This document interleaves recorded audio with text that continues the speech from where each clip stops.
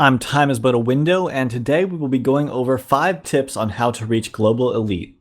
Now, I've been playing Counter-Strike since it was an original Half-Life mod, and since then I've learned quite a few things, though I've had to adapt to play Counter-Strike Global Offensive. The reason I believe I'm qualified to go over this is, as you can see here, my current rank is Global Elite. So let's get on to the tips.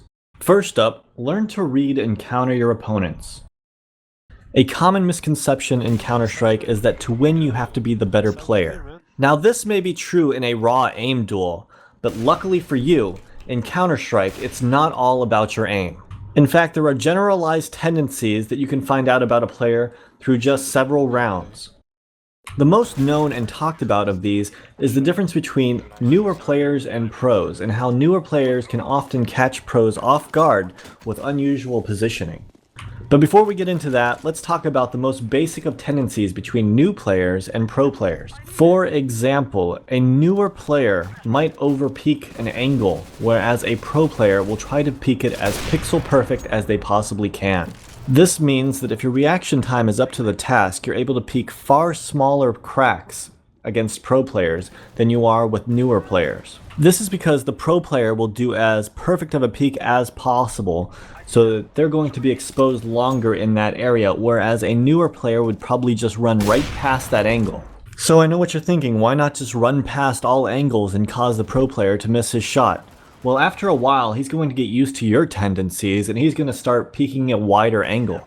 Now this doesn't mean you're always going to be able to outsmart or outmanipulate the pro player, but there is always a chance you'll be able to get a shot off by playing in an uncomfortable position with no fallback. Now these positions can be considered stupid as you are in a one and done position and probably going to be traded or die immediately after your first shot, and if you don't hit your shot you're as good as dead anyways. But in the situation that you're playing against only one smurf on the other team, a position like this could really even things out and make it so that you take out their pro player and then may have a chance to win the round. Number 2, positioning. There can never be enough said on the importance of positioning. Positioning is one of the most important factors between a top player and a player just starting. Here is an example of a bad position. Here you can see that I can take a shot at the guy as he comes through the doorway, but I don't really have a fallback unless I go around this whole corner over here. This means if I miss the shot or if 2 guys peek out, I'm bound to get traded. Here is an example of a better positioning. Here I can miss the shot and fall right behind the wall and give myself a chance for a repeek. Now here is an example of the most common bad positioning.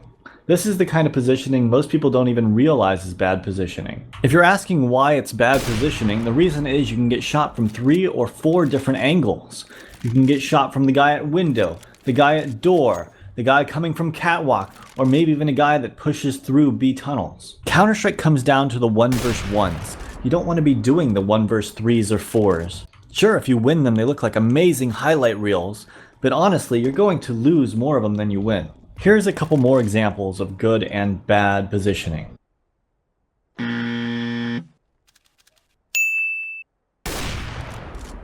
Number 3, communication.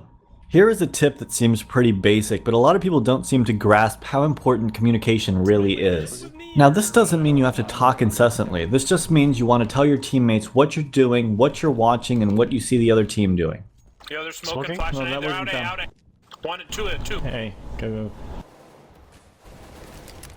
Yep, all there. Molly's everything. Molly fucked us. Is it on top? Right. Top bomb. Yeah. I know. Coincidence. He's forward. One probably for it. Pushing side. Oh, he's... Good job. Fucked us so bad. Number 4, how to play without body armor.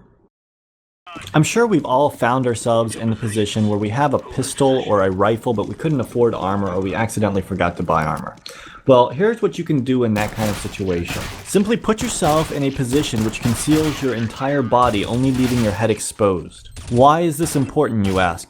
Well, as you know, if somebody shoots you and you don't have armor, it magically makes your bullets become completely inaccurate and unpredictable. It's a simple but effective trick. The final tip for this video is the most important on the list. Watch your demos. Now, while watching pro demos has its advantages and disadvantages, watching yourself is far more important, as nobody out there thinks the way that you do, reacts the way that you do, and aims the way that you do.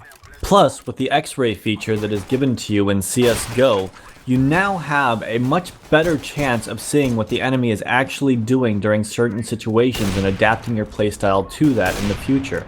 Now remember, it's important to watch the majority of the demo, not just the highlights. This way you can analyze those rounds in which you died and see if there was any better way to handle the situation or if it was just a lucky kill by the other team. Now don't forget, Counter-Strike Global Offensive also gives you the opportunity to watch your lowlights from the opposite person's perspective. This can be important for a bunch of reasons. One of such means that you'll be able to find ways to counter playstyles like this in the future. The other reason is that you might actually learn something from these people. Also, I always like to watch these just in case the other person on the opposite team might be cheating. As we all know, a lot of people tend to use advantages such as aimbots, wall hacks, and sometimes your deaths aren't exactly your fault if they're using these kind of programs. Countering actual players is hard enough, do not worry about trying to counter people when they are actually cheating. Anyways, that's it for this video. I hope you guys enjoyed it. And remember to like this video, as the more likes you put into it, the more views I am potentially going to get from it. And on one final note, if you did enjoy this video, please subscribe. Thank you. Have a great day.